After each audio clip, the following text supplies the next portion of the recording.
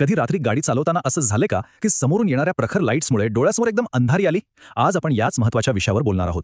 रात्रीच्या रस्त्यावरचे काही न बोललेले नियम जे आपल्या सगळ्यांना सुरक्षित ठेवतात. चला तर मग सुरू करूया. या सगळ्याच्या मुळाशी आहे एक साधा पण खूप महत्त्वाचा विचार.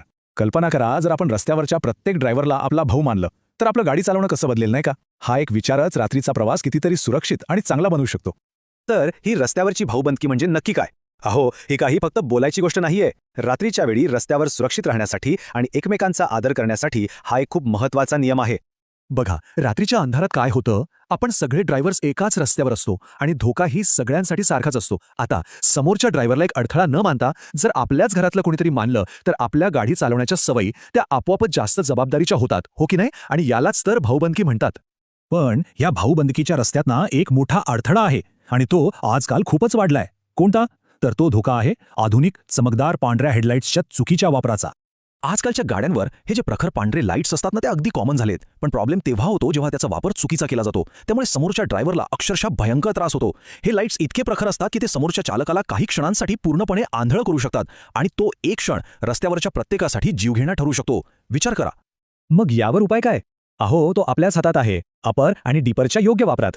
आता हे अपर म्हणजे काय? हाय बीम, जो समोरच्या आपल्या भावाला डोळ्यांवर त्रास देतो, आणि डिपर म्हणजे लो बीम, ज्यामुळे दोन्ही ड्रायव्हर्सना व्यवस्थित दिसतं आणि प्रवास सुरक्षित होतो. नियम एकदम सोपा आहे. हाय बीम फक्त आणि फक्त गरज असेल तेव्हाच वापरावा आणि समोरून गाडी येत असेल तर लगेच लो बीमवर यायचं. यातच सगळ्यांची सुरक्षितता आहे आणि एकमेकांबद्दल आदरही. अच्छा, तर आता हे बघूया की यावर एक उपाय कसा तयार झाला होता. म्हणजे अनेक दशकांपासून जे अनुभवी ड्रायव्हर्स आहेत ना, त्यांच्याकडे ही समस्या सोडवण्यासाठी एक सोपी न बोलता संवाद साधण्याची एक पद्धत आहे. याच पद्धतीला अपर डिपर सिग्नल म्हणतात.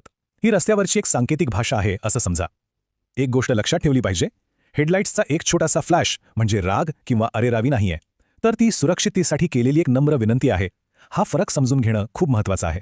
आणि हे काम कसं करतं? अगदी सोपं आहे. बघा, एक अनुभवी ड्रायव्हर समोरून येणारे हाय बीम पाहतो आणि एक छोटा अपर डिपर फ्लॅश देतो. समोरच्या ड्रायव्हरला लगेच कळतं की ही एक नम्र विनंती आहे आणि मग ते काय करतात? आपले लाईट्स डिपर म्हणजे लो बीमवर घेतात. झालं, दोघांचीही सुरक्षितता जपली जाते.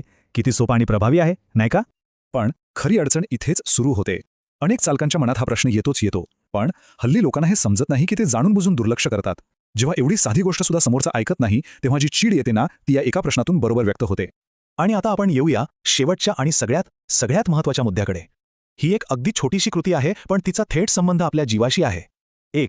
फक्त एक ही संख्या जरा डोक्यात ठेवा, कारण फक्त एक चूक डोळ्यांवर अंधारी आणणारा तो एक क्षण सगळं काही बदलू शकतो. एका चुकीमुळे एका चालकाचा व वाहनात बसलेल्या व्यक्तींचा जीव जाऊ शकतो. हे वाक्य कायम लक्षात ठेवा. हा मुद्दा गाडी चालवण्याच्या सोयीचा नाहीये. हा मुद्दा आहे ड्रायव्हर आणि त्यांच्या सोबत प्रवास करणाऱ्या लोकांच्या जीव वाचवण्याचा.